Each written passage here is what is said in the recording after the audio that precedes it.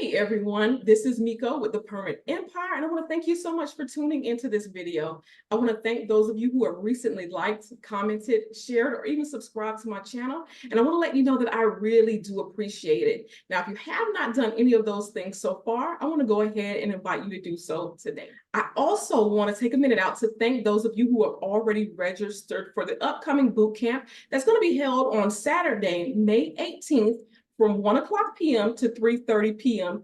Eastern Standard Time. Now, this will be held via Zoom, so you can attend this from wherever you are at the time. I do, however, like to keep these boot camps a little bit small and a little intimate, so that way I'll be able to have interaction with you. I'll be able to answer questions as we're going along, and that way I'll know that you understand the information that I am giving you. Again, that's going to be held on May 18th, which is a Saturday, from 1 p.m. to 3:30 p.m. Eastern Standard Time. Now, let's go ahead and talk about something that's super duper important as a permit runner and in business in general. Now, I want to talk about this because usually we're talking about some of the technical things as it relates to business, some of the things that you need to do with registering your business with the state and all of that good stuff. And that's super important. Marketing your business, getting the word out, sure, it's super important. But I want to take a minute to talk about something that we don't talk about very often, and that is your confidence. Now, going out to meeting these clients and sure, interacting and engaging, that is great. But if you go out or if you're meeting new people and you seem very timid and very afraid, very unsure of yourself, hey, this is a red flag to a lot of people who are in business. Because for the most part, people, especially when it comes to permit running, a lot of times you're dealing with other business owners. You're dealing with other contractors, developers. Sometimes you're dealing with homeowners, but even they want to feel your confidence inside of what it is you're doing.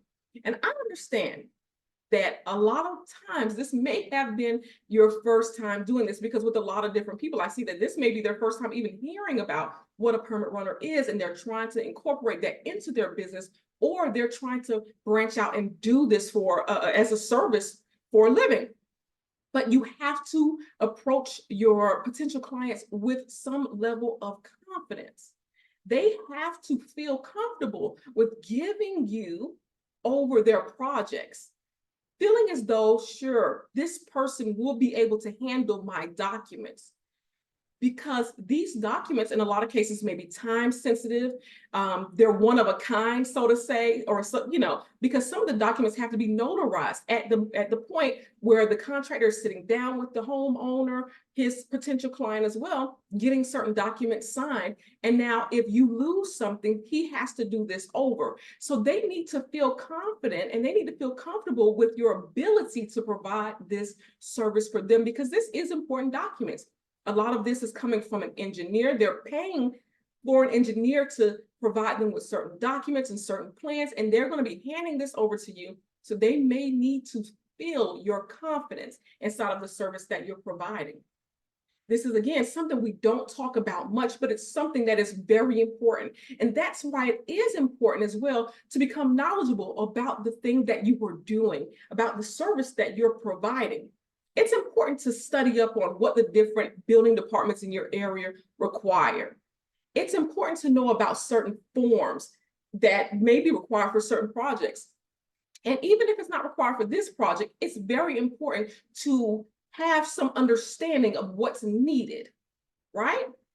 And this is why it's super important to educate yourself on what it is, no matter what it is that you're doing. It's very important to educate yourself, make sure that you're up to date as much as possible on what's going on with this type of service, right? A lot of things are pretty easy that you may find that you're doing, but some things take a little bit of extra, and that's you getting the knowledge about these different requirements that are needed in your area. So again, your confidence, again, it comes from a lot of times educating yourself. Sure, you'll get more confident as you do it, but when you're trying to get that first client, if you at least have an understanding Again, just a basic understanding of what's required from your building department, maybe some of the different type of forms that are needed for these different projects, because hey, different projects require different forms. There's different requirements depending on your project, but just to have that base level understanding of things that may be needed. Do the permits in your area need to be notarized? Maybe they don't, maybe they do. That's something you might need to know. In your area, are the permits submitted electronically or digitally? That's something you're going to need to know. And you find that out through getting a deeper dive into checking with your building department, getting educated on what's required.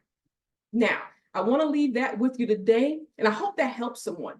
But if you have any questions, you have any comments, definitely feel free to leave them below in the comments section. And I look forward to chit-chatting with you later.